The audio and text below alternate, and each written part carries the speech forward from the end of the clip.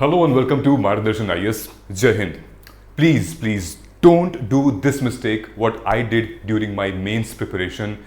वरना आप भी कुछ सालों बाद ये कहेंगे कि काश मुझे मेंस आंसर राइटिंग के बारे में ये सब पहले पता होता तो मैं थोड़ा और स्कोर कर लेता, मुझे और थोड़ा टाइम मिल जाता एंड देन मैं कुछ और अच्छा कर लेती, मैं एग्ज़ाम क्रैक कर लेती. सो प्लीज़ ये वीडियो एक बहुत ही ज़्यादा रियलिटी चेक है कि आप मेंस की आंसर जब आप लिखें उससे पहले आपको क्या क्या चीज़ें आपको प्रिपेयर कर लेनी है. ओके ये मैं आपको बहुत एक्सपीरियंस के साथ बता रहा हूं. मेरा जो एक्सपीरियंस है वो तो है ही, मेरे साथ साथ पिछले 5-6 सालों में जितने भी स्टूडेंट्स को मैंने गाइड किया है जो कि मल्टीपल मेंस में फेल हो रहे हैं और जो कि मल्टीपल मेंस क्वालिफाई कर रहे हैं, जो एग्जाम क्वालिफाई कर रहे हैं, मैं आपको कुछ एग्जांपल्स भी इस वीडियो में बताने वाला हूं. So stay tuned. If you will watch this video till the end you will get a lot of clarity और फिर तुमको कोई बुद्धू बेवकूफ नहीं बना पाएगा. तुम्हें ये खुद पता चल जाएगा कि these are very very important steps कि हम जब भी मेंस की आंसर राइटिंग लिखेंगे तो ये चीजें इंपॉर्टेंट होनी चाहिए. ऑलराइट, सो नंबर 1, मैं बिल्कुल नहीं चाहता कि आपके मेंस के जो आंसर रिपोर्ट कार्ड आता है उसमें ये लिखा रहे नॉट क्वालिफाइड. ठीक है, आपने मेंस का पेपर दिया, आपने एसए, GS1, GS2, 3, 4 ऑप्शनल दिया. मैं बिल्कुल नहीं चाहता कि कुछ गलतियों की वजह से, बिना गाइडेंस की वजह से आपको नॉट क्वालिफाइड है. ओके, सो ऐसे स्टेप को बचने के लिए, ये चीज़ें ना आए आपके प्रिपरेशन के फेज में, प्लीज़ इस वीडियो को देखिए ध्यान से, आपको क्लैरिटी मिलेगी. नंबर 1, सबसे इंपॉर्टेंट चीज़ है व्हेन टू स्टार्ट. इस प्रिपरेशन में हम कब स्टार्ट करें. ठीक, सबसे पहले कि a lot of people they से कि डे 1 से स्टार्ट करिए. ठीक है, डे 1. कोई ये नहीं बताता कि डे 1 कौन सा होना चाहिए. डे 1 होता क्या है. सो हम कब से स्टार्ट कर सकते हैं. क्या हम अभी बेसिक पढ़ रहे हैं, अभी जस्ट कॉलेज में, क्या हम आंसर राइटिंग स्टार्ट कर सकते हैं. नो, हमें स्टार्ट कब करना है. बेसिक में बता रहा हूं आपको, एटलीस्ट बेयर मिनिमम आपको तब स्टार्ट करना है जब एटलीस्ट एक सब्जेक्ट, कौन सा सब्जेक्ट, या तो पॉलिटी, इकोनॉमी, ज्योग्राफी या हिस्ट्री, इन चारों में से कोई भी एक सब्जेक्ट कंप्लीट हो जाए. एटलीस्ट उसका 80% आप सिलेबस कंप्लीट कर लो. ठीक है, एटलीस्ट बेयर मिनिमम बता रहा हूं. ठीक, तब आप मेंस की आंसर राइटिंग स्टार्ट कर सकते हो और वो भी इस सब्जेक्ट स्पेसिफिक में. ऑलराइट, वैसे तो आपका जो फ्लो है, आपका जो क्वालिटी आएगी आंसर की, जो डायमेंशन के साथ क्वालिटी आएगी, वो तब आएगी जब आप ये चारों सब्जेक्ट आप एक बार रीड कर लेंगे, पढ़ लेंगे, समझ लेंगे, कंसेप्ट समझ लेंगे, इंटरलिंक करना समझ लेंगे, तो फिर आपका बहुत क्लैरिटी आ सकती है यहां पे. Okay, understood. लेकिन हमें इस दिन का इंतजार नहीं करना है, हमें जस्ट एक सब्जेक्ट हमारा फिनिश हो रहा है, वी विल गेट स्टार्टेड. लेकिन क्या हम आंसर राइटिंग ही स्टार्ट कर दें. No, we before answer writing comes your note making. Okay, notes, क्योंकि हर एक स्टूडेंट का, मतलब जो भी स्टूडेंट अच्छे नोट्स बनाता है, शॉर्ट नोट्स बनाता है, कंसाइज बनाता है, वो उसका रिफ्लेक्शन आंसर्स में दिखता है. ठीक है, तो बहुत ज्यादा परेशान नहीं होना है, स्टेप बाय स्टेप लेकर चलना है. If you are preparing for UPSC CSE 2027, then only आपके पास अभी फर्स्ट 2 मंथ थोड़ा सा वेट कर लो, कोई एक सब्जेक्ट को खत्म कर लो और फिर स्टार्ट करो. ठीक है, लेकिन अगर आपने ऑलरेडी स्टार्ट कर लिया है, कोई सब्जेक्ट फिनिश कर लिया है, then you are good to go, then you are right from now onwards. आप अभी से भी लिख सकते हो. ठीक है, व्हेन टू स्टार्ट ये क्लियर हो गया है. ऑलराइट, जो मैंने आपको बताया, अब आगे चलते हैं. ध्यान से देखिएगा, next each and every step is very very important. Now mains answer writing is not only about intro, body and conclusion. Okay, ये तो आपका एप्लीकेशन है, मतलब आपने क्वेश्चन पढ़ा और फिर लिखना शुरू हो गए. Intro, body and conclusion. आपने देखा ये क्वेश्चन लिखा हुआ है, चलो भाई मैं स्टार्ट कर देती हूं यहां पे. No, if you are a beginner and wanted to write awesome answers, आपको क्या करना है. सबसे पहले ब्रेनस्टॉर्मिंग करनी है. Think about it, understand the demand of the question. Okay, demand हमें समझनी है, क्या पूछ रहा है यूपीएससी. ठीक है, understand the demand of the question, पूछने क्या वाला है. दूसरा, हमें यह देखना है कि यह फ्रेमवर्क क्या है. ठीक है, किस फ्रेमवर्क की यह बात कर रहा है. ठीक, फॉर एग्जाम्पल जैसे यहां पे एग्जामिन लिखा हुआ है, ये डायरेक्टिव्स है. ठीक है, ये डायरेक्टिव्स हैं, तो एग्जामिन में हमें करना क्या है. हमें बस एक ही पक्ष को बताना है, दोनों पक्ष को बताना है, किस तरीके से हमारा आंसर का फ्लो होगा। You understand what I am saying? ये हो गया। उसके बाद देन बेस्ड ऑन दिस हमें ये देखना है कि हम हेडिंग क्या बना सकते हैं, इसमें बॉडी के लिए हेडिंग क्या बना सकते हैं, हम अंडरलाइन क्या करेंगे ताकि वो सीधा हेडिंग यहां पर जा सकेगी। ठीक है, हमें एक्सरसाइज करनी पड़ती है गाइस, प्रैक्टिस करना पड़ता है। ठीक है, क्योंकि आंसर सिर्फ इंट्रो बॉडी कंक्लूजन से नहीं निकलता। आंसर लिखने से पहले यहां पर आंसर लिखा जाता है, यहां पर छप जाता है कि हमें करना क्या, स्ट्रक्चर बन जाता है, फ्रेमवर्क बन जाता है। ठीक है, जब मैं फ्रेमवर्क की बात कर रहा हूं, यहां पर आपके अलग अलग डायमेंशंस आएंगे, maybe political, social, economical, या फिर इकोनॉमी में अलग अलग आ जाएगा, input, output, agriculture process, then उसके बाद गवर्नमेंट स्कीम्स, ढेर सारी चीजें हैं, वो हम लोग बाद में डिस्कस करेंगे। समझ रहे हो? सो ये सारी चीजें आप डिस्कस करोगे, फिर उसके बाद आप सोचोगे थोड़ा सा कंक्लूजन के बारे में, देन थोड़ा इंट्रो। ठीक है, बहुत ही ज्यादा लेमैन और कॉमन इंट्रो होगा तो वो आप अटेंशन ग्रैब नहीं कर पाएंगे। ओके, इंट्रो इज 10%, भाई conclusion is 10%, rest 80% is this. Rest is the body. Body is very very important. आपको कोर मार्क्स यही मिलेगा, यहीं से आप उठा सकते हो अपने मार्क्स को, यहीं से आपका डिफरेंशिएटर होगा। बहुत सारे लोग परेशान रहते हैं इंट्रो लिखने में, परेशान है इंट्रो लिखने में, क्या लिखूं, ऐसा इंट्रो, मतलब क्या ही लिख दूं इंट्रो की एग्जामिनर एकदम कूद के कुर्सी पे बैठ जाए, कूद के नीचे बैठ जाए। भाई ऐसा कुछ नहीं होता है, ऐसा आपके सिर्फ टाइम वेस्ट होगा। Alright, but which doesn't mean that कुछ भी ब्लंट लिख दो, नहीं। Just make sure there is कोई कॉमन इंट्रो नहीं लिखना आपको, you have to prepare, and common conclusion नहीं लिखना है, बस एवे नहीं लिख देना है। There should be meaning attached to it, but the core important is body.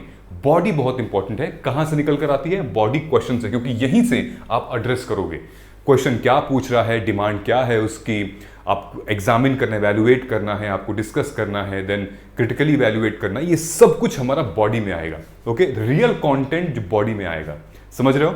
तो mains answer writing is not only about intro, body and conclusion, but before that you need to think a lot. सोचना है। ठीक, ये वो question नहीं है जो कि आपके एनसीईआरटी के पीछे दिया हुआ है।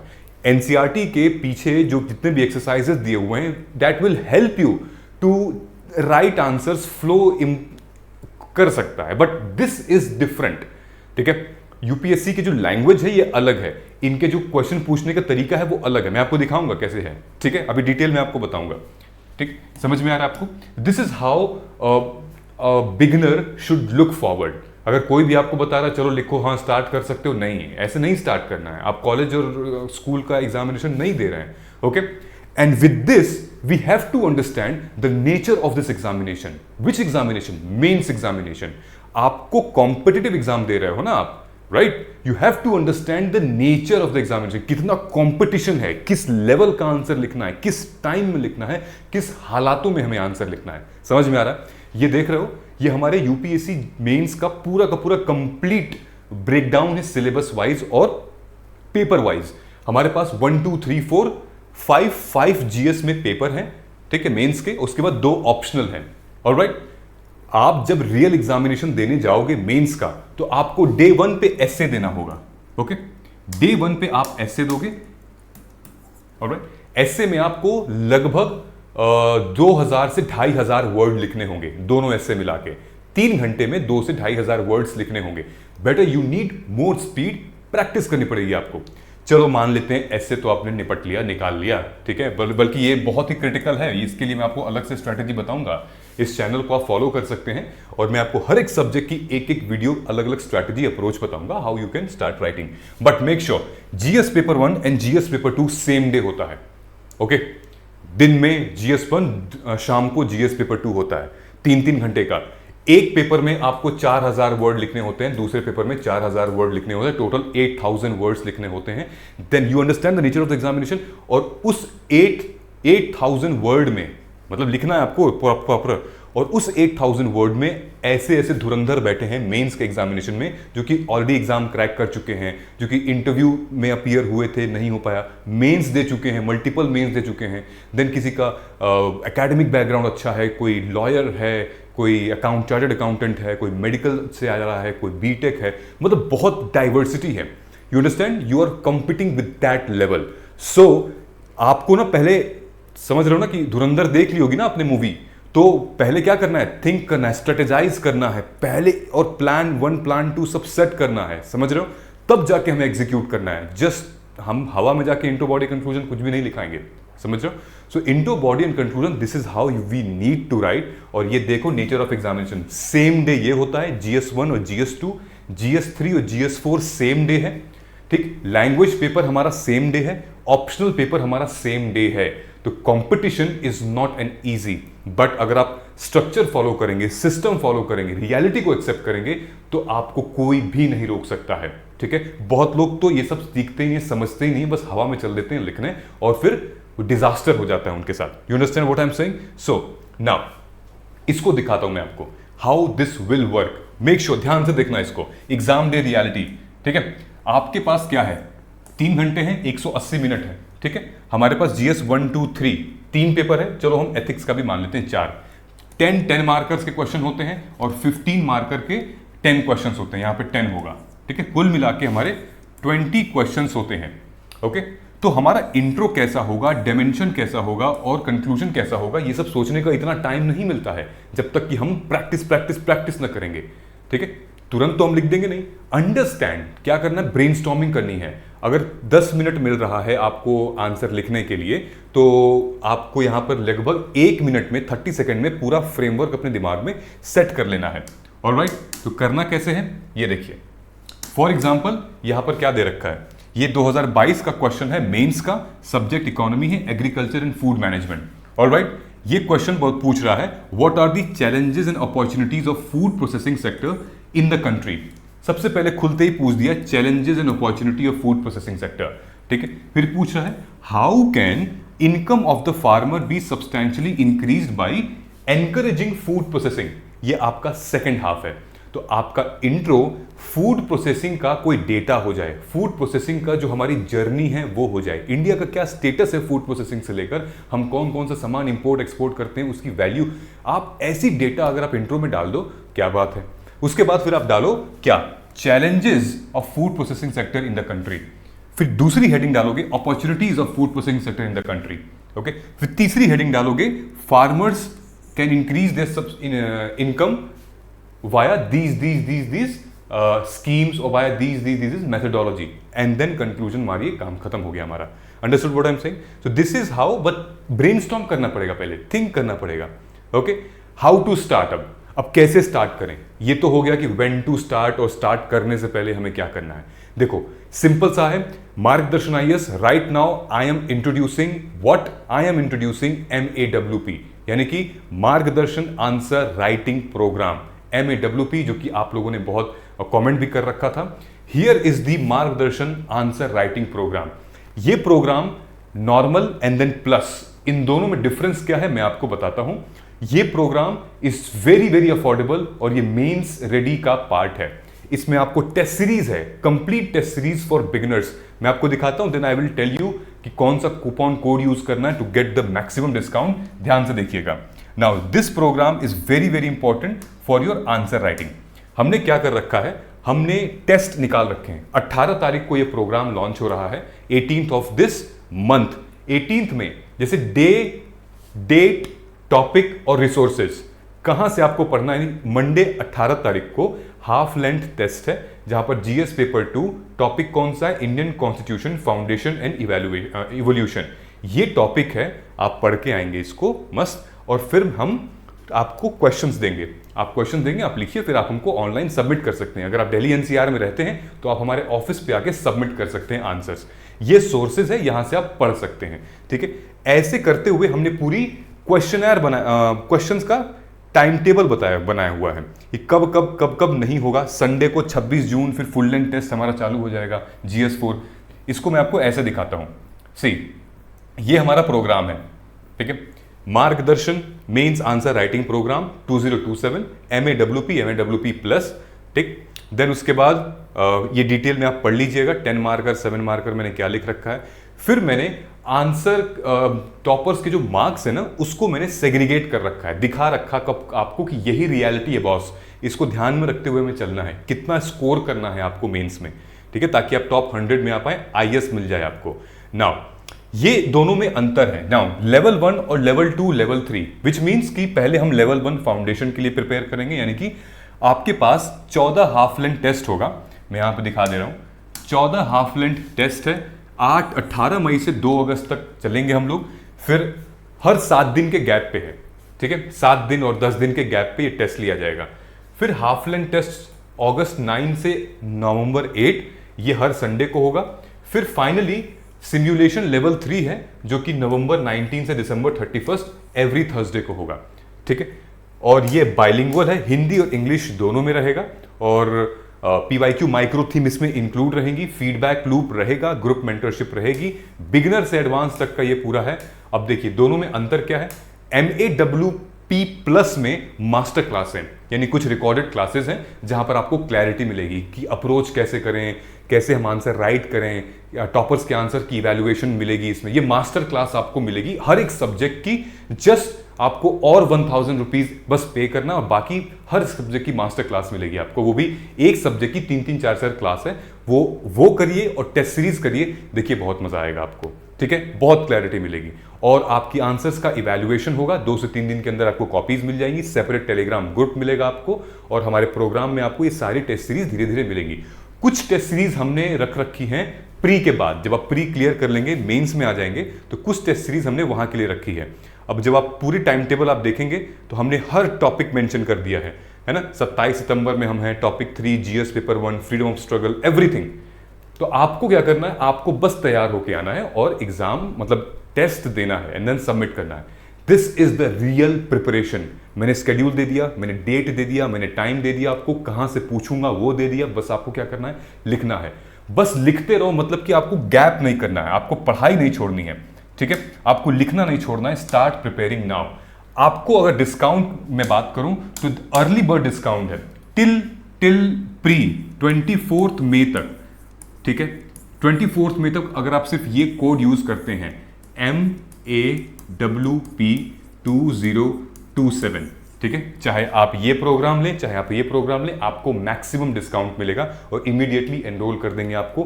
टेस्ट सीरीज ओपन हो जाएगी आपके लिए एंड देन 18 तारीख से आप टेस्ट लिखना शुरू कर सकते हैं, ठीक है। आप देख लीजिएगा, ब्रोशर हमारे प्रोग्राम में है, कोर्स में जाएंगे आप, मिल जाएगा। ये कहां मिलेगा, नीचे मोबाइल ऐप पे आप जाइए, मोबाइल ऐप पे आप जाएंगे, वहां पर आपको कोर्स दिखेगा यही वाला, और ब्रोशर को आप डाउनलोड कर सकते हैं, ठीक है, इजिली। ऑलराइट, चलिए मैं आपको आगे लेकर चलता हूं। दिस ओके, या ठीक, एग्जाम्पल देखते हैं। एग्जाम्पल क्या है, एग्जामिन। ये क्वेश्चन देखिए कैसे हम लोग सॉल्व करेंगे, ठीक, कैसे हम लोग सॉल्व करें, क्या क्वेश्चन में होता है। For example, examine the evolving pattern of centre state financial relation in the context of planned development in India, ठीक है। How far the recent reform impacted the physical federalism in India. आपको ऐसे mark करना पड़ेगा। ध्यान देखना ये क्या पूछ रहा है, इवॉल्विंग पैटर्न, मतलब अर्लियर पैटर्न क्या था, फिर रिफॉर्म्स क्या हुए और रीसेंट पैटर्न क्या है, ये आपको यहां पर मेंशन करना पड़ेगा, ठीक। उसके बाद मतलब रिफॉर्म्स किस संदर्भ में, सेंटर स्टेट फाइनेंशियल रिलेशन, और किसी के नहीं भाई, सेंटर स्टेट फाइनेंशियल रिलेशन से रिलेटेड इवोल्यूशन आपको बताना है, ठीक। उसके बाद planned development, on in the context of planned development, किस तरीके की, पहले क्या नीति आयोग था, GST था कि नहीं था, प्लानिंग कमीशन थी कि नहीं थी, किस तरीके की चीजें, प्लान्ड डेवलपमेंट शुरू से लेकर इवोल्यूशन अब तक क्या रहा है प्रोसेस, ठीक है। ये एक पार्ट हो गया क्वेश्चन का। उसके बाद how far the recent reform impacted the physical federalism in India, okay. Fiscal federalism is related to the devolutions of power, then devolutions of financial amount and all, ठीक है। मनी से related पूरा है कि कैसे सेंटर और state पैसों का वितरण करते हैं, आय का, कर का वितरण करते हैं, जिस तरीके से फेडरलिज्म, संघवाद कहते हैं इसको, ठीक है, फिजिकल फेडरलिज्म। सो अब आपने इस पेपर को देख लिया, आपको ब्रेनस्टॉर्म करना है कि मुझे लिखना क्या है, बट आपको कुछ चीजें ध्यान में रखनी है। बहुत सारे स्टूडेंट क्या करेंगे, वो उठेंगे और कॉन्स्टिट्यूशन का आर्टिकल मेंशन कर देंगे एग्जामिनर को इंप्रेस करने के लिए, तो इंप्रेस नहीं होगा वो, और भी आपकी चौपट हो जाएगा आपका नजर में। Don't explain financial commission, okay. Finance commission को एक्सप्लेन मत करो, चाहो तो दे सकते हो कि हाँ संविधान मतलब, लेकिन कोई जरूरत नहीं इस क्वेश्चन में, बहुत लेमन चला जाएगा। फाइनेंस कमीशन के ऊपर अलग से क्वेश्चंस आते हैं, ठीक है। Then don't make it entirely about the GST, don't write only centre state conflict, ठीक है। एक चीज को पकड़ के स्टूडेंट्स पूरा आंसर लिख देते हैं, ये गलती मत करिएगा आप लोग, ठीक है। सो यूपीएससी पूछ रहा है आपसे इवोल्यूशन, फिर रिफॉर्म, देन उसके बाद इंपैक्ट क्या है फिजिकल फेडरलिज्म के ऊपर, ठीक है। मैं आपको दूसरा क्वेश्चन दिखाता हूं। फॉर एग्जांपल ये क्वेश्चन देखिए, ये सवाल आपसे क्या पूछा है, मॉडर्न हिस्ट्री का सवाल है, मॉडर्न और पोस्ट इंडिपेंडेंस का सवाल है कि सरदार वल्लभ भाई पटेल और Jawaharlal Nehru differed in their approaches to nation building, ठीक। तो अब आपको क्या करना है, यहां पर वल्लभ भाई पटेल और जवाहरलाल नेहरू, ठीक है, नेशन बिल्डिंग ऊपर लिख देना है, नेशन बिल्डिंग अप्रोच। तो ये कैसे अलग थे, ये कैसे अलग थे, मतलब जवाहरलाल नेहरू जी का क्या अप्रोच था नेशन बिल्डिंग के लिए, सरदार वल्लभ भाई पटेल का क्या अप्रोच था।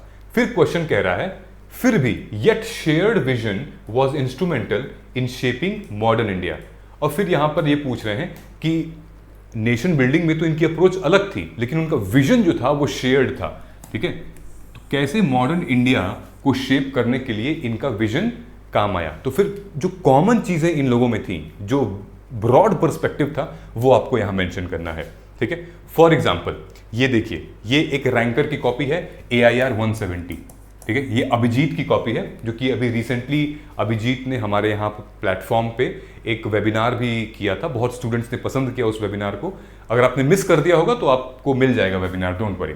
तो आंसर राइटिंग के ही ऊपर वेबिनार था। तो अब देखिए डॉक्टर अभिजीत ने क्या लिखा है, साफ साफ जो मैंने आपको बताया है, यहां पे लिखा है डिफर्ड इन अप्रोचेस, ठीक है। एक तरफ जवाहरलाल नेहरू, दूसरी तरफ सरदार पटेल, पूरा कंटेंट लिखा हुआ 1 2 3 4 देन 5 6 7, ओके। क्या है ये 15 मार्कर का है, तो भाई 15 पॉइंट्स हमें डालने ही पड़ेंगे किसी तरह। देन शेयर्ड विजन बोथ 1 2 3 4 5 6 7, ठीक है। देन यहाँ पे कंक्लूजन है। मैं अभी कंटेंट के अंदर नहीं जा रहा हूं, लेकिन मुझे ऐसा लगता था जब हम लोग तैयारी करते थे कि कंटेंट ही सब कुछ है, एक नंबर का कंटेंट एकदम बना लिया है और एक से एक एग्जाम्पल रेडी करते हैं, लेकिन ये सब काम नहीं आएगा। Answer writing is completely different in UPSC. आपको फ्रेमवर्क सेट करना पड़ता है, आपको जस्टिफाई करना पड़ता है कि 15 मार्क्स लायक मेरा आंसर है कि नहीं, क्या मेरे को इतना मार्क्स मिल सकता है, क्या मैं एग्जामिनर से मार्क्स चुरा सकती हूँ या नहीं। फॉर एग्जाम्पल एक और क्वेश्चन देखते हैं, ध्यान से देखिएगा, ये ज्योग्राफी का क्वेश्चन है। Account for salinity variation in world's ocean, ठीक है। आपको बताना है कि वर्ल्ड में अलग अलग ओशन हैं, उनमें सैलिनिटी का क्या क्या वेरिएशन होता है, जो खारा पानी होता है तो क्या क्या वेरिएशंस होते हैं, ठीक। फिर पूछ रहा है how does this variation impact ocean circulation and marine ecosystem, ठीक है। तो इस क्वेश्चन में 3 पार्ट क्लियरली दिख रहा है और ये भी 15 मार्क्स का है, यानी कि 5-5 मार्क्स एक एक पार्ट पे आपसे पूछा जाएगा और हर 5 मार्क्स पे कम से कम आपको 5 से 7 पॉइंट्स देखने पड़ेंगे, तभी आप मार्क्स चुरा पाओगे। Understood what I am saying. So ध्यान देखिए, अब ये डॉक्टर अभिजीत की कॉपी है, उन्होंने क्या लिखा है, उन्होंने यहां पर लिख दिया है कि जो सैलिनिटी है वो कैसे एक्सप्रेस की जाती है, कैसे मेजर की जाती है, किस तरीके से वो एक्सप्रेस करके बताते हैं कि ये पानी इतना खारा है, इतना सैलाइन है, ठीक है। ये यहां पे इंट्रो में लिख दिया उन्होंने। फिर लिखा है सैलिनिटी वेरिएशन, ओके, कितने टाइप में सैलिनिटी वेरिएशन, जैसे अक्रॉस हेमिस्फीयर, तो हेमिस्फीयर के अक्रॉस में क्या वेरिएशन होती है। यहां पर लिखा हुआ उन्होंने कि river water inflow in northern hemisphere, hence wind velocity in southern hemisphere जो है वो मोर इवेपोरेटेड। देन उसके बाद अक्रॉस डेप्थ, गहराई में पोल के पास क्या रहता है। देन उसके बाद लिखा है रीजन अक्रॉस लैटिट्यूड, तो एक है हेमिस्फीयर के अक्रॉस, लैटिट्यूड के across and then across the depth salinity क्या वेरिएशन लेकर आती है, ठीक। फिर उन्होंने यहां पर इंपैक्ट ऑन ओशन सर्कुलेशन, अब मैंने दिखाया था वहां पर कि जो सब हेडिंग थी, सब हेडिंग यहां पर लिया गया है, ओशन सर्कुलेशन, यहां पर है impact, okay, impact on ocean circulation. तो इन्होंने लगभग 3-4 पॉइंट मेंशन किए। फिर आ गया मेराइन इकोसिस्टम, मेराइन इकोसिस्टम पे क्या इंपैक्ट है, 4 पॉइंट यहां लिखा है। हम अभी कंटेंट के अंदर नहीं जा रहे हैं, मैं आपको एक फ्लो बता रहा हूं, ठीक। How this flow will work now. अब अगर आप स्क्रीन पे देखोगे, ये हमारे कुछ स्टूडेंट्स की कॉपी है जो कि बहुत बिगिनर थे उस टाइम पे, ठीक है, उन्होंने कैसे कुछ आंसर्स को लिखा है, मतलब और आपके साथ भी होगा, आपका पहला आंसर, दूसरा आंसर, 10वां आंसर, 20 आंसर तक यू मे राइट ट्रैश, बेकार लिखोगे, एकदम नहीं मजा आएगा। लेकिन after writing like multiple answers, एक ना एक आंसर वो आएगा मस्त, जहां पर फ्लो निकल कर आएगा, जहां पर आपकी क्वालिटी निकल कर आएगी। You understand what I am saying? So ये देखो, ये एक स्टूडेंट है जिसने क्वेश्चन, एक ही क्वेश्चन 3 अलग अलग स्टूडेंट्स ने लिखा है। मैं आपको पढ़ के बताता हूं। Critically examine the independence of ECI on in the recent electoral controversies. Recent electoral controversies से रिलेटेड ईसीआई की, इलेक्शन कमीशन ऑफ इंडिया की क्या इंडिपेंडेंस है, एग्जामिन करिए। सो व्हेन वी से एग्जामिन, आपको दोनों पक्ष के बारे में बात करनी पड़ेगी, राइट? समझना पड़ेगा ना। So before writing intro body conclusion, you must understand what you have to write in intro body conclusion. Alright, समझ में आ रहा है? सो इन स्टूडेंट्स ने क्या किया है, ये देखिए, बहुत सारी मिस्टेक्स की थी। इसको मैंने लगभग 1 मार्क्स दिया था आउट ऑफ 10। इस स्टूडेंट को मैंने 2 मार्क्स दिए थे 10। इस स्टूडेंट को मैंने 6 मार्क्स दिए थे 10। क्यों? पता सबको था, पता सबको था कि इलेक्शन कमीशन क्या होता है, क्या है, लेकिन डिमांड सिर्फ और सिर्फ इस स्टूडेंट ने एड्रेस की थी। ओके, डिमांड इसने एड्रेस की थी क्योंकि वही पूछा गया है, जो पूछा गया है वो बताओ। ठीक है, अब आपसे पूछा जा रहा है कि मतलब ताजमहल कहां पर है, ठीक है, तो आपने ये बताया कि भाई ताजमहल का इतिहास आप बताने लगे कि शाहजहां जो थे ऐसे थे, उन्होंने हाथ कटवा दिया, गजब था, समझ में नहीं आता ऐसे क्यों करते हैं लोग। आपसे जो पूछा जा रहा है आप बता ही नहीं रहे हो, किधर है ताजमहल, रास्ता बताओ ना, आप वो पूछें, जाना है उनको। ठीक है, तो एक ये तरीका है। अब यहां पर इन्होंने क्या लिखा है, बस बेसिक है कि इलेक्शन कमीशन ऑफ इंडिया एक कॉन्स्टिट्यूशन बॉडी है जो कि आर्टिकल 324 में मेंशन्ड है। रीसेंट कंट्रोवर्सी, ठीक है, Bihar electoral reform, then Karnataka election, independence of ECI. ठीक है, इंडिपेंडेंस ऑफ ईसीआई में क्या लिखा है, responsibility conducting free fair election, responsible counting votes. ये इंडिपेंडेंस आप नहीं बता रहे हैं, ये आप बता रहे हैं फीचर्स हैं। ओके, इंडिपेंडेंस ऑफ ईसीआई क्या है, समझ रहे हो? दोनों अंतर है कि एग्जामिन करना है, critically examine the independence of ECI in recent electoral controversy. ये देखिए, ये वाला क्वेश्चन देखिए, सेम क्वेश्चन, क्रिटिकली एग्जामिन। अब इन्होंने क्या किया है, लंबा चौड़ा, मतलब 1 2 3 4 5 6 लाइन का इंट्रो लिखा है। अगर 15 मार्कर क्वेश्चन होता तो जस्टिफाइड हो सकता था 6 लाइन का इंट्रो, लेकिन इन्होंने पता नहीं सब कुछ लिख दिया है। Free and fair election, responsibility है, election commission of India article 324 है, मतलब, और वाइस प्रेसिडेंट जो है वो उनका इलेक्शन करवाते हैं, सब कुछ लिख दिया इसमें भाई इन्होंने। ठीक है, फिर लिखा है importance of ECI, impartial conduct है, वोटर है, मॉडल कोड ऑफ कंडक्ट है, ये पूछा ही नहीं है। तो ये स्टूडेंट और ये स्टूडेंट नहीं समझ पा रहे हैं डिमांड ऑफ द क्वेश्चन। जानते हैं, ये पढ़ा है ईसीआई के बारे में, बट क्वेश्चन नहीं समझ पा रहे हैं ना। अब इस स्टूडेंट का देखते हैं, इन्होंने लिखा है अकॉर्डिंग टू टीएस सेशान, ठीक है, the cornerstone of democracy is an independent electorally ensuring free and fair election, but with India conducting world's largest over 44 crore voters in 2004। इन्होंने डेटा फैक्ट्स के साथ बता दिया है और टीएन सेशन साहब का भी जिक्र कर दिया है। ठीक है, उसके बाद लिखा है चैलेंजेस टू द ईसीआई। अब यहां पर एग्जामिन हो रहा है, समझ रहे हो? तो अब ये इंपॉर्टेंट है, चैलेंजेस लिखा है आगे, और फिर आगे लिखा हुआ है कि कैसे ईसीआई इंडिपेंडेंट है, किन किन चीजों से। ठीक है, तो ये है चैलेंजेस, क्या है, एग्जीक्यूटिव का डोमिनेंस है, लेजिस्लेटिव रिवर्सल है, वोट चोरी क्लेम अक्रॉस इंडिया, मतलब ब्लेम आता है ईसीआई के ऊपर कि सेंटर कहीं ना कहीं उसको चला रही है, सेंटर का पपेट है, इस तरीके की चीजें निकल कर आती हैं। ठीक है, लेकिन और क्या क्या चीजें हैं और पॉजिटिव्स क्या क्या हैं, फिर स्टूडेंट ने आगे लिखा था। ठीक है, तो ये सारी चीजें हैं इंपॉर्टेंट, जो कि आंसर को बढ़िया बनाती हैं, जो कि हमने इन दोनों स्टूडेंट्स के आंसर में नहीं देखा। अब हमने इस स्टूडेंट को फीडबैक भी दिया था। फीडबैक क्या था कि इंट्रो में लिखो कॉन्स्टिट्यूशनल मैंडेट इतना है, role free and fair election mention कर सकते हो। फिर provision ensuring independence, what are the provision which ensure the independence. Number 1, tenure security. ठीक है, टेन्योर जो है वो बहुत इंपॉर्टेंट है। उसके बाद एमसीसी इन्फोर्समेंट, पावर्स काफी ज्यादा हैं। फिर आपको कंसर्न्स एंड कंट्रोवर्सी की बात की जा रही है, तो कौन कौन से कंसर्न्स एंड कंट्रोवर्सी हैं भाई? Appointment process dominated by executive, हमेशा से रहा है भाई, एग्जीक्यूटिव क्यों अपॉइंट कर रहा है। फिर मॉडल कोड ऑफ कंडक्ट, शायद ईसीआई किसी एक पार्टी को फेवर कर सकती है, नहीं कर सकती है, ये कुछ कंट्रोवर्सी है। देन जो ईवीएम और वीवीपैट मशीन है उनकी ट्रांसपेरेंसी वाला जो मामला था, फिर रिसेंट सुप्रीम कोर्ट और पब्लिक क्रिटिसिज्म क्या था, समझ में आ रहा है? सो ये सारी चीजें हमें लिखनी थी। फिर कंक्लूजन में reforms needed, collegium based appointment, and then आप मेंशन कर सकते थे। ये हमारा आंसर कंप्लीट होगा। सो जब पता रहेगा तो ही हम चीजें कर पाएंगे आगे। ठीक है गाइस? नाउ अब ये क्या है? Analysing toppers copy. Shall we analyse topper copy from day one? No, you should not analyse, don't see the topper copies, because आपकी लेवल और उनका लेवल बहुत अलग है। अभी जब आप धीरे धीरे वहां तक पहुंचोगे then you must analyse toppers copy. I would not recommend anybody to analyse topper copy at the very beginning stage. ठीक है? But how you should analyse? Once you reach at that stage, तो जो topper ने question लिखा है उस question को तुम भी लिखो और फिर एनालाइज करो, कंपेयर करो। ठीक है? लेकिन इवैल्यूएट करने का कई सारा तरीका है, मैं आपको बता देता हूं इवैल्यूएट करने का तरीका। नंबर 1, अगर आपको इवैल्यूएट करना है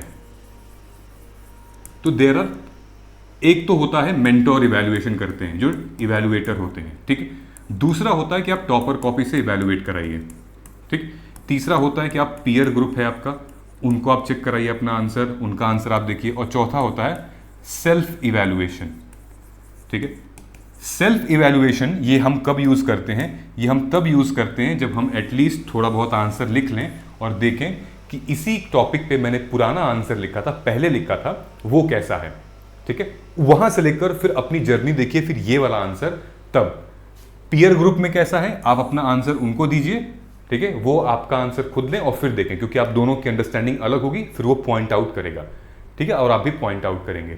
ऑलराइट, उसके बाद आता है टॉपर की, जो कि मैं आपको बता रहा हूं किस तरीके से आप कर सकते हो। और फिर मेंटोर का तो ये सबसे बड़ा रोल रहता ही रहता है, जहां पर आपको एक निष्पक्ष भाव से बताता है कि क्या कर सकते हैं, क्या नहीं कर सकते हैं।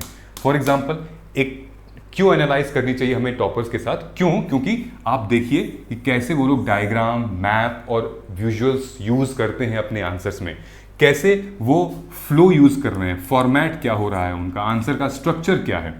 ठीक है? कैसे वो कंसोलिडेट कर रहे हैं अपने नोट्स को ताकि वो मेंस आंसर लिख सकें, ताकि आप अपने आंसर्स का गैप आइडेंटिफाई कर सकें कि क्या आपका नॉलेज गैप है, क्या कंटेंट का गैप है, या आपके प्रेजेंटेशन का गैप है। ये तीनों इंपॉर्टेंट है। ये जब तीनों होगा तो आप एक अच्छा आंसर लिख सकते हैं। लेकिन फिर भी मैं आंसर राइटिंग को बहुत बड़ा हवा नहीं बनाना है। It's like very very very easy, एक स्किल है, हर कोई सीख सकता है। जैसे साइकिल चलाना, गाड़ी चलाना, खाना बनाना, ये सब एक स्किल है। Any buddy can learn it. But अगर आप चाहो कि नहीं मैं कुछ पहले ही गाड़ी चलाने लगूं और मेरे को कुछ आता नहीं है, तो एक्सीडेंट तो होगा ही होगा। Okay? So for example there are few strategy जो कि आप लिख सकते हो अपने इंट्रो में। फॉर एग्जाम्पल, जैसे अगर आपको इंट्रोडक्शन लिखनी है, ठीक है, and honestly speaking guys, nobody told me at that point of time, may be मैं उतना सीरियस नहीं था, मे बी बहुत सारे लोग भी हवा में प्रिपरेशन करते हैं। ठीक है? बट मैंने तो चीजें समझ ली। मैंने जितना ज्यादा अपने प्रिपरेशन के दौरान नहीं पढ़ा, उतना ज्यादा मैंने पढ़ाने के दौरान, यानी कि जब मैं कोचिंग में आया, मेंटोरिंग में आया, उतना ज्यादा मैं उससे ज्यादा पढ़ चुका हूं। कई सारी किताबें, कई सारे रिसर्च पेपर, कई सारे नोट्स, कई सारे खुद से लिख रखा है, शॉर्ट शॉर्ट नोट्स वगैरह। तो अंडरस्टैंड कि मतलब रोल क्या है, समझ रहे हो? अब देखिए, इंट्रोडक्शन में आप डेटा, डेफिनेशन, हिस्टोरिकल इंटरकनेक्टेडनेस, और इंपॉर्टेंट यहां पर यह है कि आप कौन से पेपर का लिख रहे हो, paper 1, paper 2, paper 3, paper 4, alright? और सबका अलग अलग हो सकता है, होता है। ठीक है? तो ये कुछ बेसिक है। आपको ग्राफ, डायग्राम, देन उसके बाद आप रिपोर्ट, रैंकिंग, इंडिकेटर्स वगैरह मेंशन कर सकते हो। देन कंक्लूजन में आप एसडीजी, कीवर्ड्स, विजनरी डॉक्यूमेंट्स, कोई भी आत्मनिर्भर भारत टाइप की स्कीम्स, नीति आयोग, कुछ भी ऐसी चीजें आप यूज कर सकते हो। ठीक है? So these are few important, हम लोग समझेंगे डिटेल में। जब आप प्रोग्राम में ज्वाइन करेंगे, आपके साथ डिटेल हमारी बातचीत होगी और क्लैरिटी आएगी और सारी चीजों पे। बट लिखना नहीं छोड़ना है, आपको डेली आंसर लिखना है। मतलब टेस्ट जो हम दे रहे हैं, हर एक टेस्ट को आपको करना है। और अगर आप एकदम बिगिनर हैं, एकदम just starting UPSC, don't write it. Okay? At least अगर आपने एक सब्जेक्ट फिनिश कर लिया है तो ही आप लिखिएगा। समझ में आ रहा है? एक डॉक्यूमेंट मैं आपको और दिखाता हूं जो कि मैंने आपके लिए निकाल के रखा था, वो है डॉक्यूमेंट ये। ठीक है? तो फॉर एग्जाम्पल, जैसे ये देखिए, जैसे एक रैंकर हैं दिव्या मिश्रा, उन्होंने कैसे लिखी है अपनी कॉपी को, ध्यान से देखिएगा। इन्होंने एग्जाम्पल्स लिखा हुआ है पॉवर्टी से रिलेटेड, ठीक है। High poverty rate among the lower castes, ठीक है, जैसे कि सोसाइटल एट्रीब्यूट क्या होता है, फिर आपको एग्जाम्पल दिया हुआ है। A Dalit man was not allowed to ride a horse in a wedding in MP। Then institutional independence reality क्या होती है, IIT Bombay due to delay in fees वगैरह, ये सब मेंशन इन्होंने कर रखा है। तो अच्छा होता है ऐसी चीज़ें अगर आप मेंशन करते हो ना, ठीक है। देन जब भी एक्सप्लेन आता है आपके क्वेश्चन में, देन प्लीज डिफाइन और सब्सटैंशिएट विद एग्जाम्पल। आपको डिफाइन करना है, सिर्फ मतलब सब्सटैंशिएट मतलब कि एग्जाम्पल लिखना है। जैसे फॉर एग्जाम्पल इन्होंने सोशल मोबिलिटी को डिफाइन कर दिया है, लेकिन सोशल मोबिलिटी एग्जाम्पल के साथ नहीं दिखाया है, बताया नहीं है। तो यहां पर लिखा हुआ है इवैल्यूएटर ने कि सब्सटैंशिएट करो, मतलब एग्जाम्पल दो इसका। समझ में आ रहा है? और आगे देखिए, व्हेन देयर आर, अब देखिए ये आपको आंसर दिख रहा होगा, लंबा चौड़ा आंसर है, ठीक है, पैराग्राफ में आंसर दिया हुआ है, कंटेंट बहुत अच्छा है, लेकिन पढ़ने में नहीं समझ में आ रहा है, एक ही में ऐसा लग रहा है मिला हुआ है। सो अगर आपका ऐसे आंसर रहेगा तो थोड़ा सा मतलब क्लैरिटी नहीं रहती, लेकिन अगर आपका आंसर बुलेट पॉइंट्स में रहता है तो फिर एग्जामिनर को भी पढ़ने में ईजी होती है, फ्लो में रहती है, फटाफट चीज़ें वो पढ़ लेता है और उसको भी बहुत स्ट्रेस नहीं होता है, तो आपको अच्छे मार्क्स मिल जाते हैं उसको पढ़ने में, ठीक है। सो उसके बाद और देखते हैं। फॉर एग्जाम्पल देखिए, आपको स्पेसिंग की मतलब मेंटेन करके ना, हॉच पॉच नहीं कर देना है एक दूसरे में लिखने में। फॉर एग्जाम्पल आप ये देखिए कितना अच्छे से प्रेजेंट किया गया है with proper spacing. Give less space to intro and conclusion and more to your core demand, because core demand must have your 7 to 8 points and that is the sanctum sanctorum, यहीं से आपको marks मिलेंगे। You can write short points to increase number of points, जैसे 1 2 3 4 इन्होंने लिखा हुआ है, ठीक है। फॉर एग्जाम्पल ये देखिए, ये रैंक 104 की कॉपी है। आप सेल्फ रिलायंट इंडिया कैसे कैसे लिखा हुआ है, स्पेसिंग कितनी अच्छी दी हुई है, ठीक है, देख रहे हैं। ये देखिए, prepare for post pandemic and global order, ये ऐसे दे रखा है, ठीक। नाउ जागृति Awasthi, see the number of point she has retain, point 1 point 2 point 3 when 4 5 6 7 point लिखा है, विद एग्जाम्पल्स लिखा हुआ है, ओके। समझ में आ रहा है? और कुछ क्वेश्चन हम लोग दिखाते हैं। See, if you are short of points and large space remains, don't leave it blank with large conclusion to fill the space. अगर तो आप मेक श्योर कि आपका पूरा पेज फिल होना चाहिए, स्पेस ब्लैंक नहीं छोड़ना है, वो नेगेटिव इंपैक्ट समझ में आता है हमारे को, ठीक है ना। हमारे कुछ राइटिंग का तरीका है जो कि मैं आगे अपने अपकमिंग वीडियोस में बताऊंगा। जब भी आपके पास कुछ की पॉइंट्स होंगे तो हम इनको ऐसे प्रेजेंट कर सकते हैं, ठीक है। इस फॉर्मेट में आप ऐसे लिख सकते हैं, आप इस फॉर्मेट में कंटेंट लिख सकते हैं, आप इस डायग्राम में कंटेंट लिख सकते हैं, ठीक है। तो अलग अलग तरीका होता है कि कैसे हम प्रेजेंट करें अपने इंट्रो को, अपने बॉडी को, सब हेडिंग को। तो हम लोग आगे पढ़ेंगे, आगे देखेंगे, ये सब प्रैक्टिस करेंगे, ठीक है। When there are 2 technical words in question, first define both. जैसे कि खिलाफत और नॉन कॉपरेशन मूवमेंट है, तो इनको आप डिफाइन करिए, ठीक से अच्छे से डिफाइन करिए and then you move ahead, alright. जैसे यहाँ पर यह है, right small introduction specially for 10 marker, इतना बड़ा 15 मार्कर में चल जाता है। जैसे ये देखिए, ये इतना बड़ा इंट्रोडक्शन है, 1 2 3 4 5 6 7 8 9 इस लाइन का, इतना नहीं लिखना है, ठीक है। ये 10-15 मार्कर में चल जाएगा, बट 10 मार्कर के लिए इज वेरी वेरी बिग। समझ में आ रहा है? सो ये कुछ ऐसे डॉक्यूमेंट्स हैं, ये देखिए, ये मैप, ये इन्होंने डायग्राम बनाया है, ये पूरे पेज में ही डायग्राम आ गया है। तो पेज को मत किल करिए, लिमिटेड पेजेस भी होते हैं। आपको डायग्राम अगर बनाना है तो आप देखिए ऐसे बना सकते हैं साइड में यहाँ पर, ठीक है। सो I am not telling you too much in this video, but I am telling you what to follow. Understand the reality first and then jump for the answer writing, okay?